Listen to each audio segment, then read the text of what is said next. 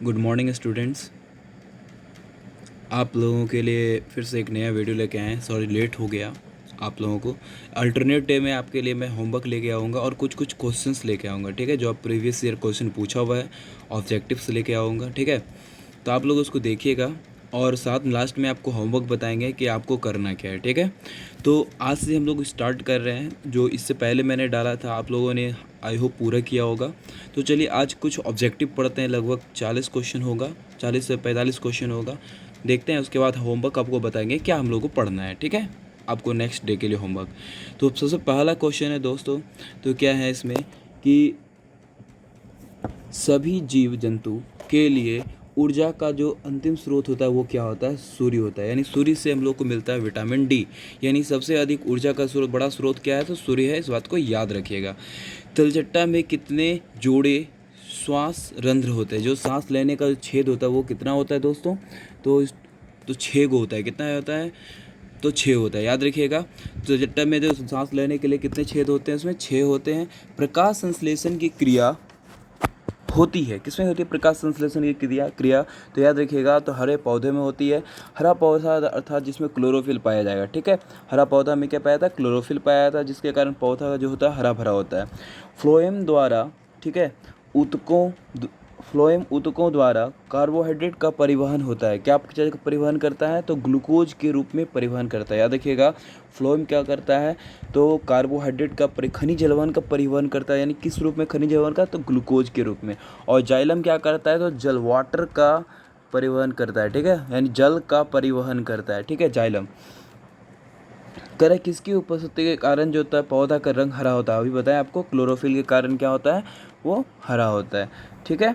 तो देखते हैं अगला क्वेश्चन, नेक्स्ट क्वेश्चन देखते हैं। कह रहा है पौधों में, ठीक है, पौधों में उत्सर्जित पदार्थ होता है। तो पौधे से क्या क्या प्राप्त होता है? तो गोंद भी होता है, टेनिन होता है, रेजिन होता है, और इस कहने का मतलब होता है इनमें से सभी हो जाएगा, ठीक है। पौधे से क्या क्या उत्सर्जित प्राप्त है? कौन कौन सा है? गोंद है, टेनिन है, रेजिन और, समझा, ये सारे हैं, सभी हो जाएंगे। चलिए नेक्स्ट हम लोग देखते हैं, आगे बढ़ते हैं। तो अगला हम लोग क्वेश्चन है, क्वेश्चन देखने को मिलता है कि टिहरी बांध का निर्माण किस प्रदेश में, यानी कहाँ पे, किस जगह हुआ है? तो राजस्थान में है। टिहरी बांध जो है कहाँ पे बनाया गया है? तो राजस्थान में बनाया गया है। तो कह रहा है कि अम्लीय वर्षा का कारण क्या है? देखिए यहाँ पे SO2 सिर्फ दिया हुआ है।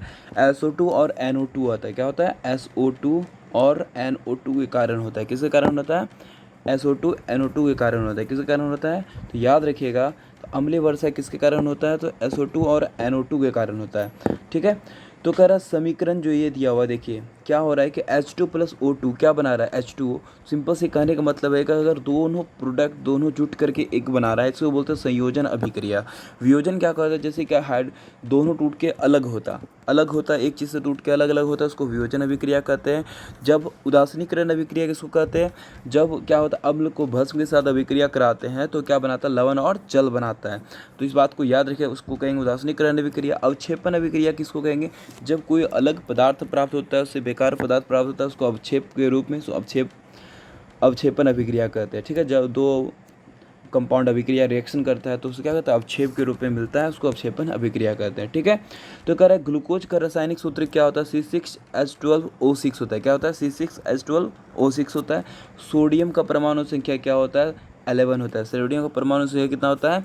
11 होता है, ठीक है। याद रखिएगा, सारा का सारा क्वेश्चन पूछा हुआ क्वेश्चन है, ठीक है। तो इसी तरह सोडियम का पूछा गया है, तो आपसे बहुत सारा क्वेश्चन और भी कुछ आ सकता है इसमें से। यानी कहने का मतलब है सोडियम पूछता है, एल्युमिनियम में कुछ भी पूछ सकता है, ठीक है, इसको याद रखिएगा। तो अमीबा का अधिकांश पोषण कैसे होता है? तो अंतर्ग्रहण से होता है। कैसे होता है? अंतर्ग्रहण होता है, अंतर्ग्रहण से होता है। निम्नलिखित में से धातु जो सोलर प्लेट जो बताया उसकी जो सिलिकॉन से बना होता है। सोलर प्लेट किसका बना होता है? सोलर सेल किसका बना होता है? तो सिलिकॉन से बना होता है, जो कि क्या होता है? ये उष्मा का सूर्य के द्वारा चार्ज होता है, जो ऊर्जा को अवशोषित करके एब्जॉर्ब करके रखता है, ठीक है, सूर्य विकिरण के द्वारा। और इनमें से कौन सा लवण है? याद रखिएगा, K2SO4, पोटेशियम सल्फेट जिसको बोलते हैं। K2SO4 क्या है? ये लवण के रूप में है, ठीक है, लवण कहते हैं इसको।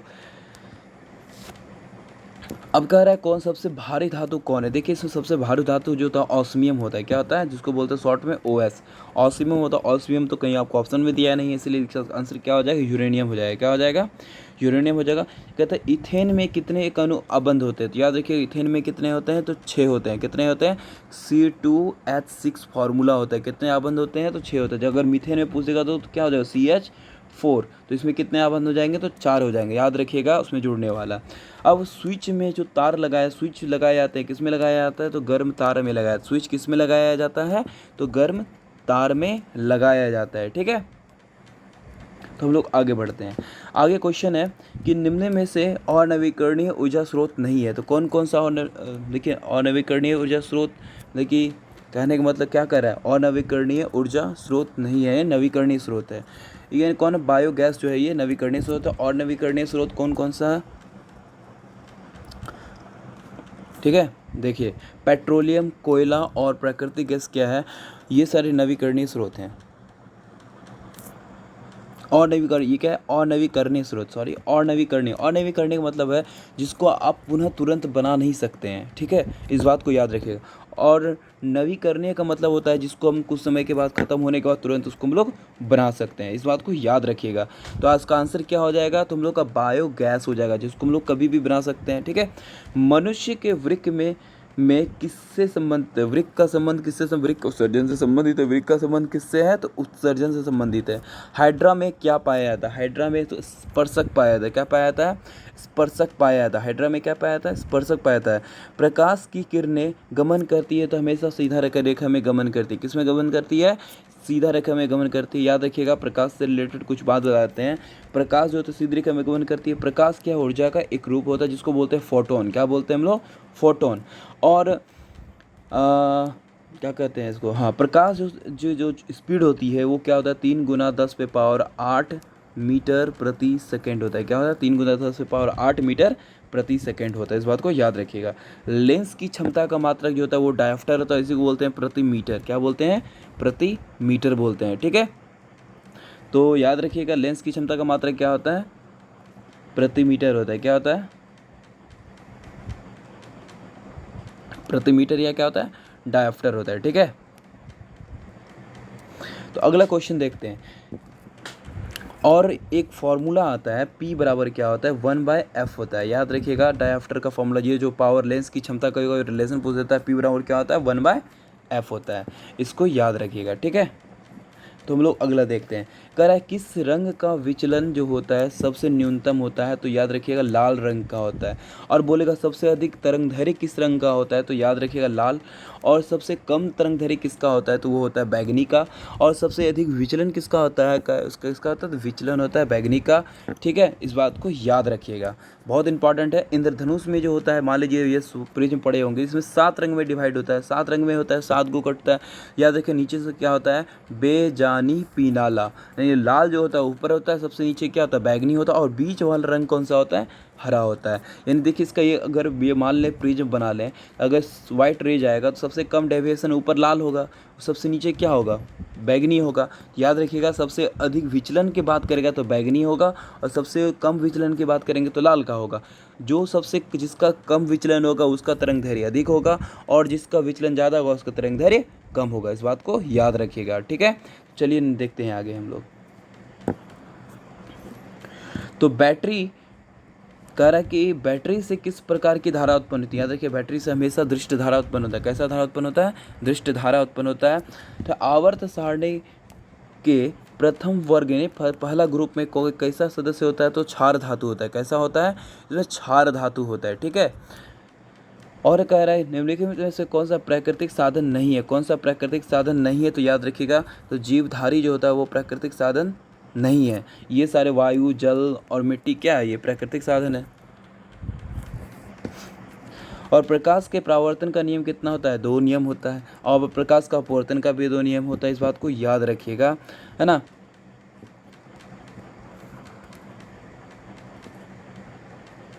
अगला क्वेश्चन है तरंगधैर्य को समांतर तरंगधैर्य का मात्रक जो SI यूनिट होता है वो एंगस्ट्रम होता है। क्या होता है, एंगस्ट्रम। 1 एंगस्ट्रम बराबर होता है 10⁻⁻10 मीटर होता है। इस बात को याद रखिएगा, क्या होता है, 10⁻⁻10 मीटर होता है, याद रखना है। ठीक है, पौधे में गैसों का आदान प्रदान किसके द्वारा होता है? रंध्रों के द्वारा। पौधों में जो गैसों का आदान प्रदान होता है किसके द्वारा? तो याद देखिएगा रंध्र के द्वारा छेद होता है, जो स्टोमेटा जिसको कहते हैं, ठीक है। और निम्न में से तेज हृदय धड़कन किसका होता है? तो आदमी का होता है। किसका हृदय धड़कन सबसे तेज होता है? तो आदमी का होता है। सभी सजीव जीवधारियों द्वारा किस प्रकार का नाइट्रोजन पदार्थ कचरा उत्सर्जित करता है? तो याद देखिएगा अमोनिया। किसका प्रकार निकलता है नाइट्रोजन?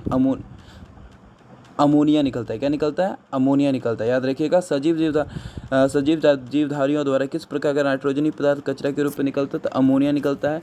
तंत्रिका तंत्र संरचनात्मक और क्रियात्मक इकाई किसको कहते हैं? तो याद रखिएगा नेफ्रॉन को। किसको कहते हैं? नेफ्रॉन को। तंत्रिका तंत्र का संरचनात्मक और क्रियात्मक इकाई क्या होता है? नेफ्रॉन होता है। और किसे रासायनिक दूत कहा जाता है? तो याद रखिएगा हार्मोन को रासायनिक दूत के नाम से जाना जाता है, ठीक है। अब देखिए अगला बुक है, कह रहा है द ऑरिजिन ऑफ स्पीसीज के लेखक कौन है? चार्ल्स डार्विन है। द ऑरिजिन ऑफ स्पीसीज के लेखक कौन है? चार्ल्स डार्विन है। और निम्नलिखित में से किस माध्यम में प्रकाश की चाल सबसे अधिक होती है? तो याद रखिएगा निर्वात में होती है, सबसे अधिक चाल होती है। और ठीक है, निर्वात में होती है 3 × 10⁸ मीटर प्रति सेकंड होता है। और बोलेगा किस पदार्थ में किस में होता है? लोहा जो होता है किस धातु किस में होता है? तो लोहा में बोलेंगे तो स्पीड जो होता है, ध्वनि का स्पीड होता है वो सबसे अधिक होता है। किसका होता है? ध्वनि का जो साउंड का जो स्पीड होता है सबसे अधिक किस में होता है? तो याद रखिएगा लोहा में। और प्रकाश का चाल बोलेगा तो किस में? निर्वात में, ठीक है। अब जस्ट बताया 3 × 10⁸ मीटर प्रति सेकंड बताए थे आपको अभी अब, ठीक है। तो अगला है कि विभवांतर का एसआई मात्रक होता है। विभव बोलिए या विभवांतर बोलिए, इसका मात्रक क्या होता है? वाट होता है, वोल्ट होता है, जिसको भी से सूचित करते हैं। विद्युत धारा का एसआई मात्रक कूलाम होता है। आवेश का मात्रक होता है कूलाम होता है। विद्युत धारा का मात्रक एम्पियर होता है। और प्रतिरोध का मात्रक क्या होता है? तो ओम होता है। इस बात को याद रखिएगा कि विभवांतर का एसआई मात्रक क्या होता है? विभवांतर का एसआई मात्रक जो होता है वो वोल्ट होता है, ठीक है। रासायनिक अभिक्रिया में भाग लेने वाले पदार्थ को क्या होता है? जो भाग लेता है उसको अभिकारक, जो रिजल्ट प्राप्त होता है उसको बोलते हैं उत्पाद बोलते हैं, ठीक है। जैसे C+O2 क्या बनाया? तो CO2 बनाया। तो इसको क्या कहेंगे? जो अभिक्रिया में रिएक्शन में लिया इसको अभिकारक, इसको क्या कहेंगे? उत्पाद जो बना, ठीक है, अभिकारक। टूथपेस्ट कैसा होता है? टूथपेस्ट जो होता है वो क्षारीय होता है। कैसा होता है? क्षारीय होता है। वह कौन सा विद्युत का कुचालक है? याद रखिए विद्युत का सुचालक सुचालक कौन है? तो ग्रेफाइट है। विद्युत का सुचालक कौन है? याद रखिएगा तो ग्रेफाइट है जो विद्युत का सुचालक है। तो आते हैं हम लोग नेक्स्ट क्वेश्चन में आते हैं। कह रहा है कि कार्बोक्जिलिक अम्ल जो इसमें है, कार्बोक्जिलिक अम्ल का सूत्र होता है, क्या होता है? याद रखिएगा COOH होता है। क्या होता है? COOH। इसको बोलते हैं एल्डिहाइड का सूत्र है। क्या है? एल्डिहाइड का। ये होता है ईथर का। किसका होता है? ईथर का, ठीक है। अब इसका आमीटर का उपयोग क्या करते हैं? तो आमीटर का उपयोग क्या जाता है किसमें? धारा के मापने में। किसका? आमीटर किसमें मापता है? धारा को मापता है। और वह उपकरण जो विद्युत ऊर्जा को यांत्रिक ऊर्जा में बदलता है, कौन बदलता है? विद्युत मोटर बदलता है। कौन बदलता है? विद्युत मोटर। और यांत्रिक ऊर्जा को जो विद्युत ऊर्जा में बदलता है उसको बोलते हैं जनरेटर, ठीक है। दर्पण सूत्र होता है, क्या होता है? 1/v या 1/f बराबर होता है 1/v प्लस 1/u होता है, ठीक है। याद रखिएगा 1/f बराबर होता है 1/v प्लस 1/f, अर्थात इसका आंसर हो जाएगा ए, ठीक है। नेक्स्ट क्वेश्चन देखते हैं हम लोग। अच्छा, निकट दृष्टि दोष को निम्नलिखित में से किस लेंस के द्वारा हटाया जाता है? याद रखिएगा निकट दृष्टि दोष को दूर करने के लिए अवतल लेंस और दूर दृष्टि दोष को दूर करने के लिए उत्तल लेंस, ठीक है। जरा दृष्टि दोष को दूर करने के लिए जो हम लोग बाइफोकल लेंस और अबिंदुकता को दूर करने के लिए बेलनाकार लेंस का प्रयोग किया जाता है, ठीक है। इस बात को याद रखिएगा। पौधे में जनन का अंग कहाँ पाया जाता है? तो पुष्प में पाया जाता है। कहाँ पाया जाता है? पुष्प यानी फूल में पाया जाता है। जनन का कहाँ पाया जाता है? पुष्प में पाया जाता है। मेंडल ने आनुवंशिकी हेतु किस पौधे का प्रयोग किया था? आनुवंशिकी का प्रयोग करने के लिए मटर के पौधे का उपयोग किया था। तो ठीक है, आई होप आप लोग एंजॉय किए होंगे। और चलिए हम लोग होमवर्क की ओर चलते हैं, जहाँ आपके ज़्यादा टाइम नहीं खाते हैं, ठीक है। और इसको देखिएगा और अपने दोस्तों को शेयर कीजिएगा, ठीक है, तो ताकि हम आगे आप लोगों को और हेल्प कर सकें, ठीक है ना। तो चलिए देखते हैं। अगला अगला हम लोग का क्या है, क्या क्या होमवर्क आपको मिला है। सेकंड डे का होमवर्क आपके पास है, याद रखिएगा। तो सबसे पहले आपको मिला है कि त्रिकोणमिति अभी हम लोग पढ़ रहे थे, तो होमवर्क नंबर 2 में क्या हम लोग पढ़ना है। पहले आपको दिए थे कि 8.2, 8.1 और 8.2 दिए थे बनाने के लिए त्रिकोणमिति का। तो आज हम लोग आप लोगों को देंगे क्या 8.3 और 8.4 बना दे रहे हैं, और प्लस इसका ऑब्जेक्टिव बनाना है। आपको कहीं से भी मिले ऑब्जेक्टिव बनाने के लिए तो ऑब्जेक्टिव कोशिश करिएगा बनाने का, या क्वेश्चन बैंक हो तो क्वेश्चन बैंक से मिले, या फिर कोई प्रैक्टिस के सेट खरीदे हैं तो उसमें आपको चैप्टर वाइज दिया है तो चैप्टर वाइज बनाइएगा, ठीक है। तो आते हैं मैथ का, तो आपको समझ में आ गया कि आपको बनाना है 8.3 और 8.4 बनाते चलना है, ठीक है। अगला हम लोग का जो है, इसके साथ साथ आपको बताया था कि ऑब्जेक्टिव भी सॉल्व करना है, आपको ऑब्जेक्टिव भी सॉल्व करना है। अब आते हैं दूसरा बुक्स में, आते हैं ये 100 नंबर का क्वेश्चन आता है, इससे 100 नंबर बनता है, इसीलिए आपको जब उसको पहले करवा रहे हैं। तो आपका संस्कृत जो है, संस्कृत को पढ़ना है। सबसे पहले संस्कृत में सेकंड चैप्टर, पहला चैप्टर दिए थे करने के लिए आपको दूसरा चैप्टर याद करना है। अब देखिए टॉपिक आपको अनुच्छेद पूछता है लिखने के लिए आपको संस्कृत में, ठीक है, जिसका 2 टॉपिक दिए हैं, एक महाभारत से दिया, महाभारतम, एक जल संरक्षण से, ठीक है। 7 वाक्य, 7 को सेंटेंस में लिखना है, किस में लिखना है, 7 सेंटेंस में लिखना है, 5 नंबर आता है इसमें, ठीक है। तो आपको एक एक करके देते जाएंगे, इसको आप घर में प्रैक्टिस करते रहिएगा ताकि एग्ज़ाम में आप आराम से इसको लिख पाएँ, ठीक है। अब आते हैं नया, आज आपको 2 सब्जेक्ट जोड़े हैं आपका आज। हिंदी, क्या है आपका हिंदी। हिंदी देखिए क्या है आपका, हिंदी में आपको मिलेगा, हिंदी में आपको इसमें क्या है, चैप्टर 1 आपको क्वेश्चन आंसर करना है, साथ में इसका ऑब्जेक्टिव भी करना है बुक्स का, ठीक है। तो आपको इसमें निबंध भी लिखना है। निबंध क्या लिखना है, स्वतंत्रता दिवस पर और प्रिय खेल, जो आपका सबसे फेवरेट गेम है उसके बारे में आपको कम से कम 200 वर्ड में लिखना है, 200 शब्दों में लिखना है, ठीक है। तो चलिए आते हैं इकोनॉमिक्स की ओर। तो इकोनॉमिक्स में देखिए आपका लास्ट है आज, तो आपके लिए क्या है, इकोनॉमिक्स का चैप्टर 2 करना है, ठीक है, और इसके साथ साथ जा करके उसका ऑब्जेक्टिव करना है। तो ठीक है, तो स्टूडेंट आप लोगों को समझ में आया होगा, आई होप। तो आप लोग इसको देखिएगा, वीडियो को देख के लाइक कीजिएगा और शेयर कीजिए, ठीक है ना। और आप लोग सब्सक्राइब भी करवाइए, जितने भी सारे दोस्त हैं आप लोग को, मित्र हैं, उनको शेयर कीजिए और बोलिए जुड़ने के लिए, ठीक है। तो चलिए आज के लिए इतना ही। जय हिंद, जय भारत। मिलते हैं नेक्स्ट वीडियो में। हम लोग वीडियो अल्टरनेट लेके आएंगे एक दिन बाद, ठीक है, ताकि आप उसको बीच में रिकवर कर सकें, ठीक है। Good morning, bye.